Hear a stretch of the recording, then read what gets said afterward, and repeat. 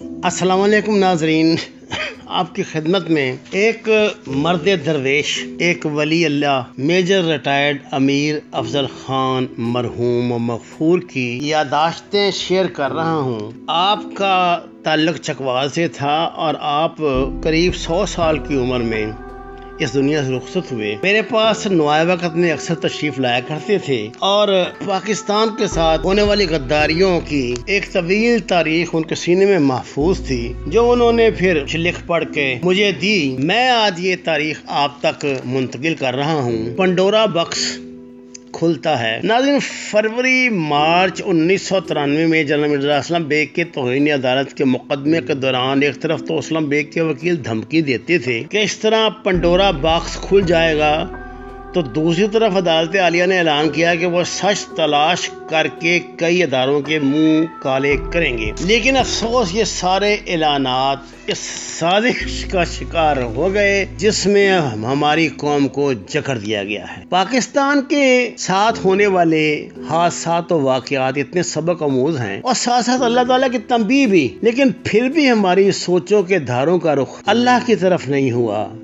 اب قائد اعظم کے معاملات کو لیں۔ آج کل ہم قائد اعظم کو زبانی کلامی بڑا خراج تحسین پیش کر رہے ہیں، لیکن کیا قوم کو یہ معلوم ہے؟ زیارات میں لیاقت علی کے ساتھ آخری ملاقات کے بعد قائد اعظم پھوٹ پھوٹ کر رو رہے تھے کہ ڈاکٹر الہی بخش کے مطابق ان کی مزید جینے کی خواہش ختم ہو چکی تھی، اور شاید ان کو اس دن پہلی مرتبہ معلوم ہوا کہ وہ لیاقت علی خان اس کے حواریوں کے ایک قسم کے قیدی ہیں۔ یہ بانی پاکستان کے حوالہ آپ کو سنا رہا ہوں، اور برائے نام ملک کے فگر ہیڈ ہیں۔ پھر کیا قائد اعظم کی موت طبعی تھی، یا ہوائی اڈے پر ان کو خوش آمدید کہنے کے لیے ایک سرکاری نمائندہ بھی کیوں موجود نہیں تھا؟ اور جس ایمبولینس میں قائد اعظم کو ہوائی اڈے سے سرکاری رہائش گاہ تک لے جانا تھا، اس کا پٹرول راستے میں کیوں ختم ہو گیا؟ اور کیا قائد اعظم نے تڑپ تڑپ کر اسی ایمبولینس میں لیٹے لیٹے جان تو نہیں دی تھی؟ کیا جو ڈاکٹر قائد اعظم کا علاج کر رہے تھے وہ ان کے چنیدہ تھے، یا کسی چھپے ہاتھ نے ان کو اس پر لگایا تھا؟ سر ظفر اللہ مرزائی کی کارکردگی سے تو قائد اعظم کو سندھ کے عظیم لیڈر ہاشم گزدار نے آگاہ کر دیا تھا، اور قائد اعظم نے اس کا ذکر راجہ محمود آباد سے کیا اور اس کی وزارت خارجہ سے ہٹانے کا سوچ رہے تھے، لیکن شاید لیاقت علی خان اور ظفر اللہ کے غیر فطری یارانہ اور ان دونوں کے بھارت کے ساتھ تعلقات کے بارے میں وہ ابھی اندھیرے میں تھے۔ یہ راز تب کھلا جب قائد کی وفات کے دوسرے دن بھارت نے حیدرآباد پہ حملہ کر دیا، اور چوتھے دن لیاقت علی خان کے حکم پر پنجاب کے گورنر مودی اور وزیر مال دولتانہ نے ربوہ میں جھوٹے نبی کا مرکز بنوا دیا۔ زندگی میں قائد اعظم کے ساتھ ایسا برتاؤ اور وفات پر قائد اعظم کو حضور پاک صلی اللہ علیہ وسلم کی نبوت میں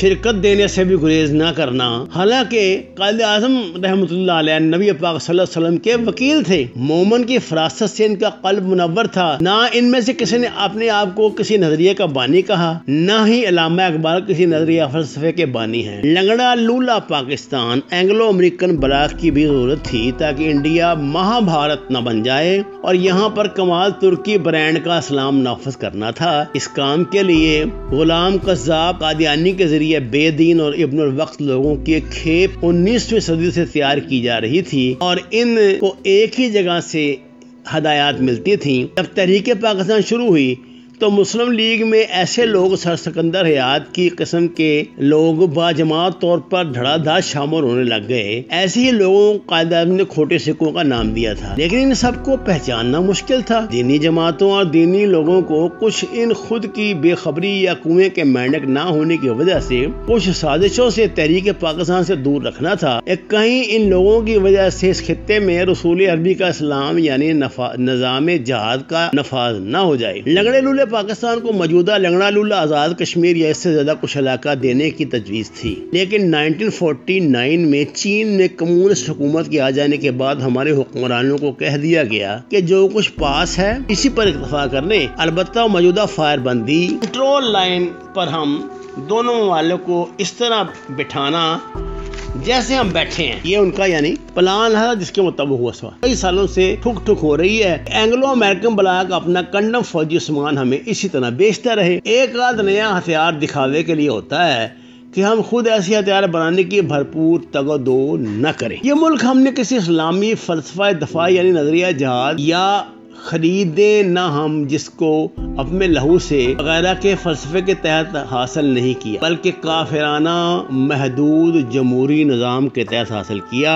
گو کہ قائد اعظم نے پاکستان کے قیام کا مقصد اللہ کے دین کا علم بلند کرنا اور پاکستان کو ایک نظریاتی اسلامی مملکت کہا تھا۔ اس لیے مشرقی پنجاب میں بھیڑوں بکریوں کی طرح قربانی دینا پڑی تو اللہ تعالیٰ نے جہاد کی راہ کھول دی تھی، اور سرحد کے وزیر اعلیٰ خان قیوم نے لیاقت علی خان سے اجازت چاہی کہ قبائلی مجاہدین کو مشرقی پنجاب میں داخل کر دیا جائے اور جہاد کا اعلان کر دیا جائے۔ افسوسناک بات یہ ہے کہ لیاقت علی خان نے قائد اعظم کو اس پیشکش سے آگاہ ہی نہ کیا۔ اگر وہ کارروائی ہو جاتی تو پاکستان کی حدود دہلی تک پہنچ جاتی اور ہمیں قائد اعظم اقبال کا تجویز کردہ پاکستان اسی وقت مل جاتا۔ قدرت نے ہمیں تنبیہ بھی کی کہ 70,000 نوجوان عورتیں ہم نے کفار کے پاس چھوڑ دیں۔ قادیان کے ارد گرد 200 میل کے علاقے میں اللہ اور رسول کے نام کی صدا آنی بند ہو گئی کہ وہاں ہم نے جھوٹے نبی کی نبوت کو پروان چڑھنے دیا تھا، لیکن سبق پھر بھی نہ سیکھا۔ 300 ٹرکوں کے کنوائے میں اپنی فوج کی حفاظت میں جھوٹے نبی کے مرکز کو پہلے قادیان سے لاہور لے آئے اور 1948 میں ربوہ میں پکے طور پہ قائم کر دیا۔ کسی قادیانی کا مشرقی پنجاب میں بال بھی کا نہیں ہوا اور ان سب کو ہم نے مغربی پنجاب کے زرخیز علاقوں میں آباد بھی کر دیا۔ ہمارے سب سرکاری اداروں کے کرتا دھرتا یہ لوگ بن گئے۔ اب ربوہ کے گرد کیا ہوتا ہے؟ فاتبروا یا اولی الابصار۔ مشرقی پنجاب کے بعد اللہ تعالیٰ نے کشمیر میں جہاد کے راستے کھول دیے۔ اگر اس حالت میں بھی اس جہاد کو طرز زندگی کے طور پہ اپنا لیتے تو برصغیر کی تاریخ کا دھارا تبدیل ہو چکا ہوتا، لیکن ہماری حکومت اب انگریزوں کے ایجنٹ لیاقت علی خان کے ہاتھوں میں تھی۔ اس کی مدد کے لیے ایک طرف متعدد انگریز جرنیل اور سیوین افسر تھے تو دوسری طرف غدار میر جعفر کا پوتا سکندر مرزا اپنے سولین بیرو کو اور ساتھیوں سمیت لاہوری قادیانی بھائیوں عزیز احمد اور جی احمد کو ساتھ لے کر حکومت کی ایک اندرونی سرکل بنا چکا تھا۔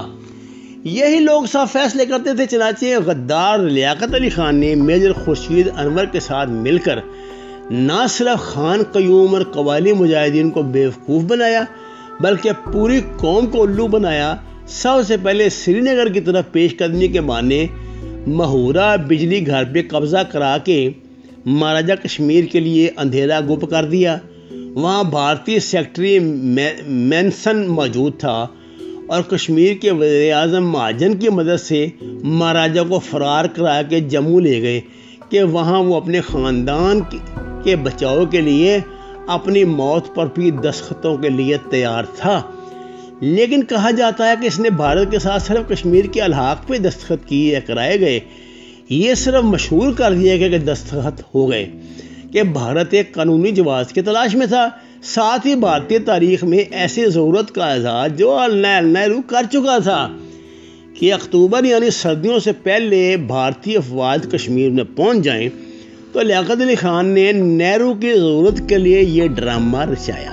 ادھر ہمارے حکمران بھارت اور برطانیہ کو تسلی دے چکے تھے کہ جموں کے لیے وہ کوئی خطرہ پیدا نہیں کریں گے، تو لیاقت علی خان کے حکم کے تحت پنجاب کا گورنر موڈی سیالکوٹ کے ضلع میں غلام قذاب قادیانی کے پوتے ایم احمد کو ڈی سی مقرر کر کے جموں کی حفاظت کے احکام دے چکے تھے کہ یہ کام 16ویں پنجاب سینٹر کے کمانڈر کرنل ہوبرٹ کے ساتھ مل کر کرے، جس کو جنرل مسوری کی طرف سے بھی ایسے احکام مل چکے تھے۔ باغی اور کشمیر کو چھوڑ دینے کی تحریک کا بانی شیخ عبداللہ رہا کر دیا گیا، لیکن جموں کے بے قصور رہنماؤں غلام عباس اور اللہ رکھا ساگر کو معاہدہ سٹینڈ سٹل کے باوجود رہا نہیں کرایا گیا کہ لنگڑے لولے آزاد کشمیر کا مرکز پلندری کو بنانا تھا۔ اب بھارتی فوج کے کشمیر میں داخلے کے بعد معاہدہ سٹینڈ سٹل کی خلاف ورزی ہو گئی تھی اور قائد اعظم نے اسی قانونی جواز کے تحت جموں کٹھوعہ روڈ کو کاٹنے کے لیے فوج کو مداخلت کا حکم دے دیا۔ لیکن لیاقت علی خان یا ہمارے حکمران ایسے حکم کب مانتے تھے؟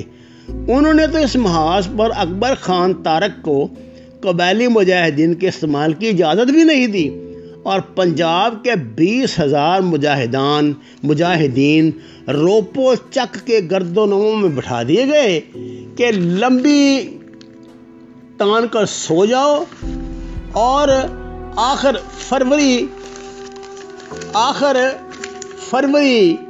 1948 میں جنرل گریسی کے حکم پر میجر جنرل افتخار، بریگیڈیئر بعد میں جنرل محمد موسیٰ نے ان پر بھی جھاڑو پھیر دیا۔